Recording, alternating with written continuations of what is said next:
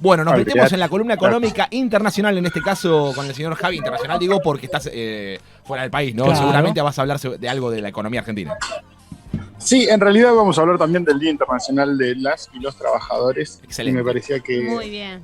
al celebrarse el 1 de mayo era una buena oportunidad para que hablemos algunas cuestiones que tienen que ver con los procesos que se están dando en el mercado de trabajo, que Bien. ustedes saben, yo soy bastante reiterativo y en varias oportunidades ya lo estuve mencionando previamente en el programa.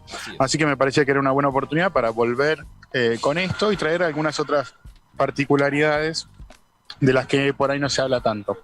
Bueno, en primer lugar, más que nada, es contextualizarnos, saber que el 1 de mayo tiene que ver en realidad con una conmemoración que es el día en que recordamos a los mártires de Chicago, que eran esos huelguistas Sí. que reclamaban por una jornada laboral de 8 horas, que para nosotros hoy es una cuestión relativamente, los que tenemos suerte, ¿no?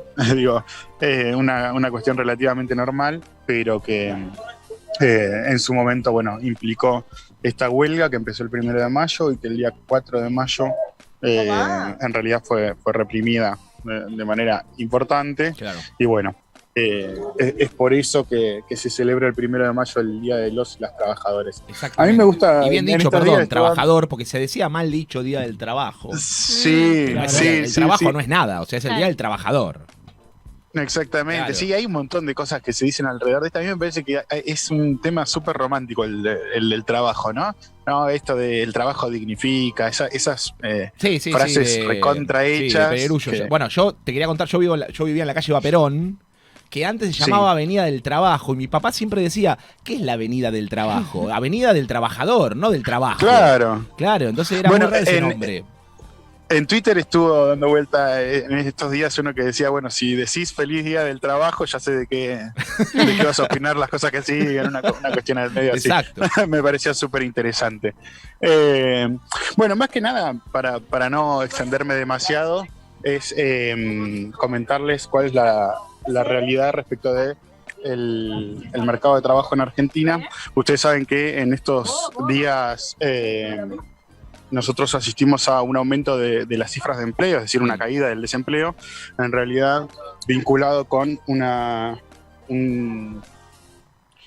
alza, un incremento en los índices de pobreza, lo cual esto nos daría una situación que nos tendría que alarmar respecto a lo que es la informalidad. Sí. Si nosotros sumamos a eso cuál es la situación del empleo en la Argentina respecto a la cuestión de los asalariados, vamos a encontrar que en realidad lo que crece es el empleo bajo la forma de monotributo, lo cual estaríamos viendo que la participación de los asalariados en la producción es significativamente inferior, Claro. lo cual nos permitiría incidir algunas cuestiones respecto del mercado de trabajo, porque nosotros podemos poner más la lupa todavía y preguntarnos, bueno, ¿qué categorías del monotributo son las que están creciendo? Bueno, y las categorías del monotributo que están creciendo, por ejemplo, son las categorías del monotributo social, en donde nos encontramos hoy, por ejemplo, con un 9,9% de monotributistas bajo la categoría monotributo social, Claro. que es la categoría más precaria, ¿sí? Los de mayor vulnerabilidad.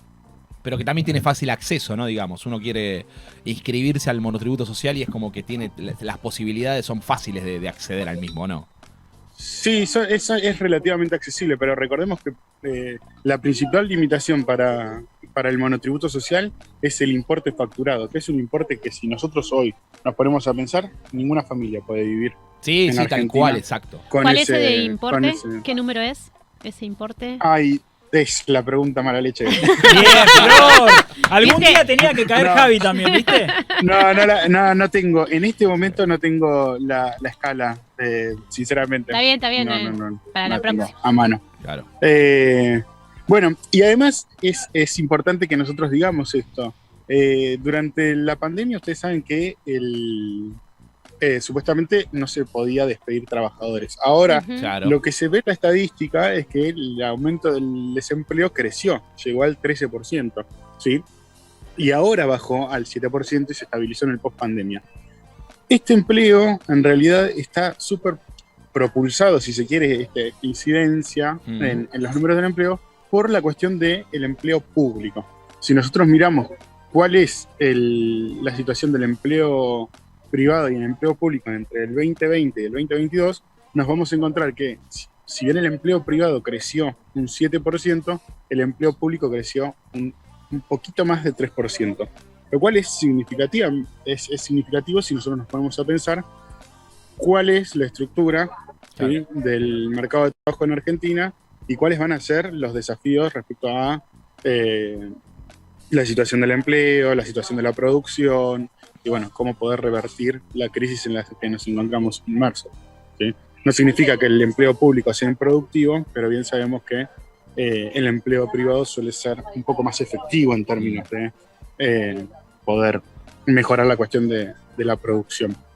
Entonces me parecía que era interesante también que mencionemos eso. Y una perlita de color, ustedes saben que uno de los ministros del actual gabinete que está más cuestionado por dentro de las internas estas que están teniendo en el Frente de Todos es el ministro de Trabajo, al que fue apodado De Moroni por su apellido y la cuestión de las demoras, ¿no? Digo, en esto de que Me gusta De Moroni. Claro. Me gusta. Hincha de Morón. parece que Claro. el muchacho no es como muy propenso a tomar decisiones y entonces, bueno, fue apodado De Moroni.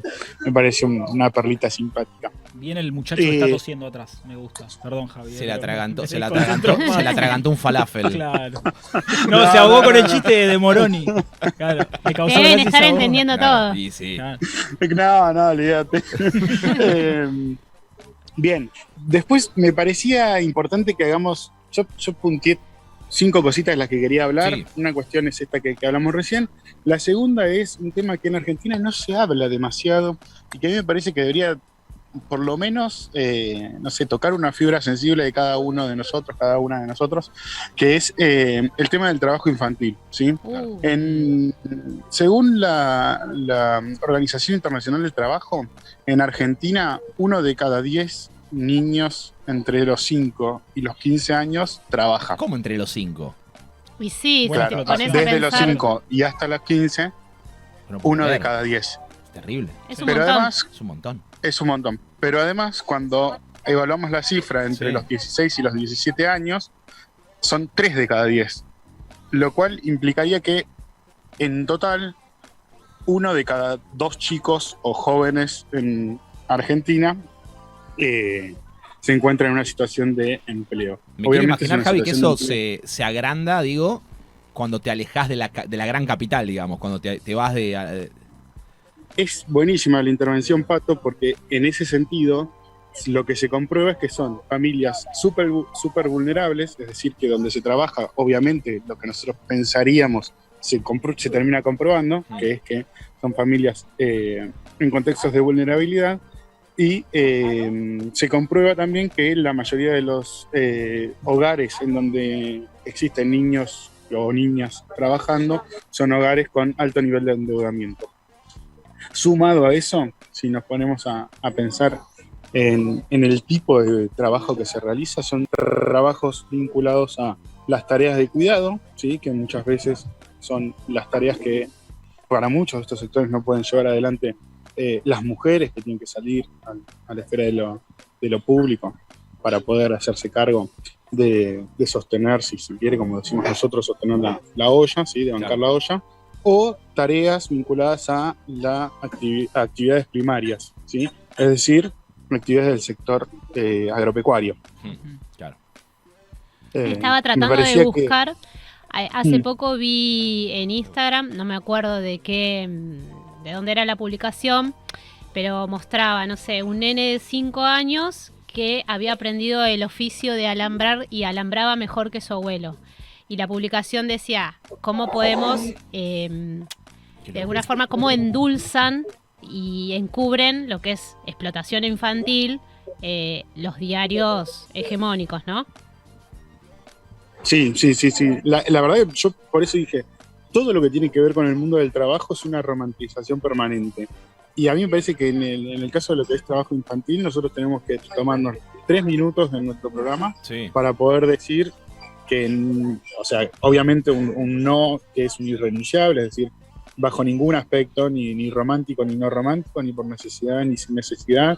Digo, los pibes en la escuela y en los patios jugando con una pelota, o con lo que quieran, no importa, ¿no? Pero digo, bueno, desde nuestro lugar me parece que tenemos que hacer un stop, sobre todo aprovechando la fecha, ¿no? Y hablar del tema. En Argentina no se habla del trabajo infantil. Debe ser que queda muy, muy lejos de la capital, como dice Pato, ¿no? Eso, digo, y también que tenemos tantos quilombos, que es como que algo que es tan grave como el trabajo infantil pasa como a tercer o cuarto plano. Sí, sí. Que hablamos de la inflación, que hablamos de los problemas internos, que hablamos del gobierno, que se pelean entre ellos, que el dólar, que claro, todo tapa. No, y además déjame agregar, Javi, hoy escuché una nota, sí, que hablaban del tema del rango de edad de los chicos que llegan a terminar los estudios tanto primarios como secundarios. Y me lleva alusión a este tema porque hay o sea, la estadística es de 16 chicos cada 100 son los que terminan el secundario al menos, y la primaria la mitad. Y en esto entra mucho la parte cultural de la necesidad del trabajo, justamente que vos mencionabas recién, todo lo que es trabajo infantil por fuera de la ciudad. Sí, es buenísimo el comentario, ¿no? Porque la situación de la educación, ustedes piensan que uno de los objetivos que tiene la educación es formar para el mundo del trabajo, ¿no? Y un pibe que tiene que salir de la escuela para ir a trabajar es un pibe que debe aceptar condiciones de trabajo desconocidas. Claro, entonces, que digo, no sabe la diferencia entre lo formal y lo informal, entre la posibilidad que tiene el futuro hacer un aporte previsional, o incluso hasta la importancia que puede ser, no sé, tener una obra social, si se quiere, ¿no? Digo, bueno, formar para el mundo del trabajo es que el pibe esté en la escuela, no que esté en el trabajo. Entonces me parece que es súper interesante. Y aparte también, Javi, según el tipo de trabajo que haga, también crece el tema de lo que es la mortalidad infantil, porque hay ciertos trabajos que hace que también para un chico son peligrosos. Sí, sin duda. Sí, claramente, Claro. claramente. Si me permiten avanzar un poquito más para no robarles mucho tiempo, Sí, quería mencionar la cuestión de una de las categorías que desde la sociología ahora se viene a traer al mundo del trabajo, y a mí me parece súper interesante.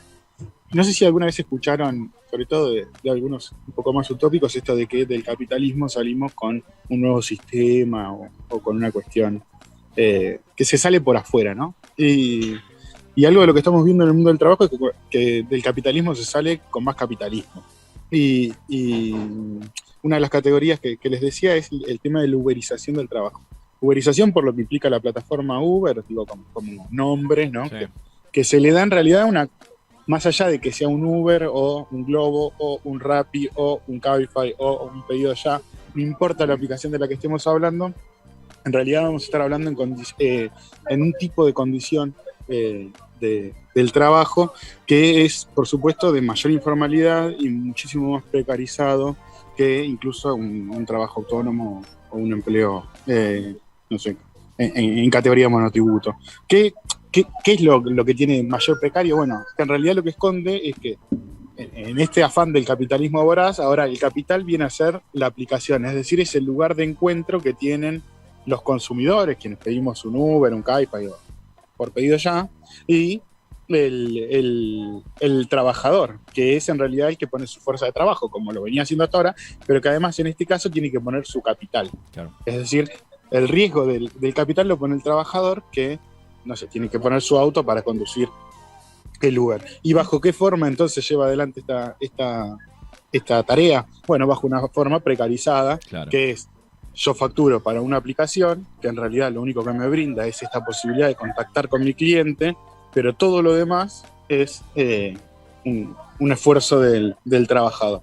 Por lo cual nos da a pensar que esto que yo les decía al principio, bueno, en realidad ahora el capitalismo llegó a un punto en donde el empresario o el capitalista ni siquiera tiene que poner el capital.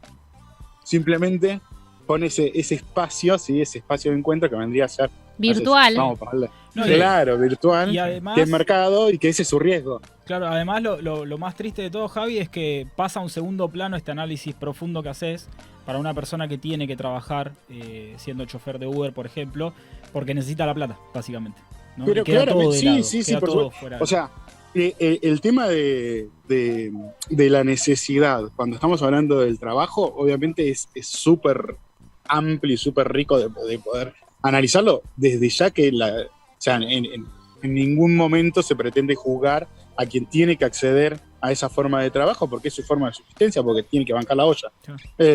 Sino que lo más, si se quiere, interesante de pensar es cómo los estados no reaccionan ante esto que yo estoy diciendo, que es una verdad, digo, conocida por todos. No es que yo vengo a traer algo que es súper iluminado, simplemente una categoría que trae la sociología, y que si nos ponemos a pensar cómo se desarrolla en Argentina, se desarrolla en condiciones de precariedad sin legislación. ¿Por qué? O por los que son los lobbies, por ejemplo en el caso del Uber, por lo que son los lobbies de lo que podrían ser monopolios como el taxi o agencias de remises, o incluso por una cuestión de que el Estado brilla por su ausencia. Exactamente. Así que me parecía que es interesante pensar este 1 de mayo también en relación a las formas que está tomando el empleo en el capitalismo. Y por último, 2 cuestiones más. Algunas, una de ellas es bastante conocida por todos, pero me parece que nunca es un mal momento para recordar las categorías que desde el feminismo se aporta a este mundo del trabajo, que tiene que ver con el techo cuidado. Sí, el trabajo del cuidado, las tareas no remuneradas, ¿sí? que caen sobre las mujeres principalmente. Claro. Hay un estudio importante que es la encuesta del uso del tiempo, ¿sí? que se hace en Argentina, que están los resultados para poder analizarlos en la página del INDEC. Nosotros no vamos a llegar en esta columna, pero me parece que es súper interesante que claro. se pueda leer. Y las categorías que tienen que ver con respecto a cómo se insertan las mujeres en el mundo del trabajo. Bueno, techo de cristal es esta imposibilidad de poder acceder a lugares de mayor jerarquía o de mejor posición en el mundo del trabajo, y suelo pegajoso, que es la imposibilidad que tienen las mujeres de poder insertarse en la esfera pública a partir de las limitaciones que les son propias por encontrarse en el mundo de lo privado, de la esfera de lo privado, llevando adelante estas tareas que nos decía Flor recién respecto de las tareas de cuidado, ¿sí? Bien, Javi, muy bien dijiste, me quedé con una palabra que dijiste, sí. Ahora ya así te doy el cierre, que es necesidad. Me parece que la palabra necesidad es la que une todos los temas que tocaste hoy, ya sea para el trabajo infantil, ya sea para el tema de tener que salir a buscar un Uber, una persona que no es un conductor profesional, o lo que es el trabajo femenino, y cómo uno le da la espalda a eso. Pero bueno, sí, te dejo cerrar, Javi.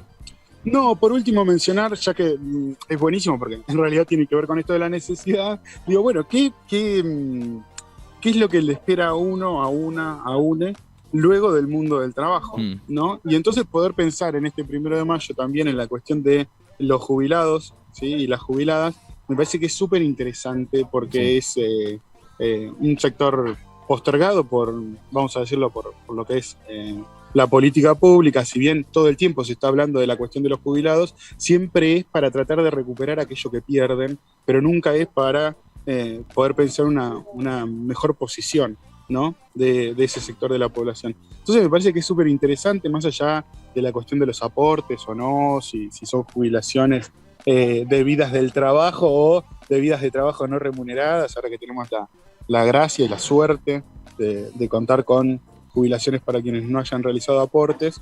Me parece que es súper interesante que podamos pensar si una mujer que trabajó toda su vida en su casa hoy puede vivir con la mínima, si un jubilado que trabajó toda su vida haciendo changas puede vivir con la mínima, y qué es lo que nos espera luego del mundo del trabajo, porque mientras somos productivos, por lo menos le interesamos a alguien, ya sea el patrón, el Estado, quien sea, pero después me parece que quedamos ahí boyando. Así es, señores. Javi Fornales, el hijo del Diego, desde recordándonos. Exactamente, desde Marrakech, Marruecos. Ha cruzado el Atlántico y ha salido en esta globalización. La pata concienzuda, ¿no? De exactamente. Javi, muchas gracias, te dejamos comer en paz. Andá a descansar. Les mando un gran abrazo. Y gracias por salir en sus vacaciones. Muchas gracias a ustedes. Un abrazo, chicos. Te mandamos un saludo. Vamos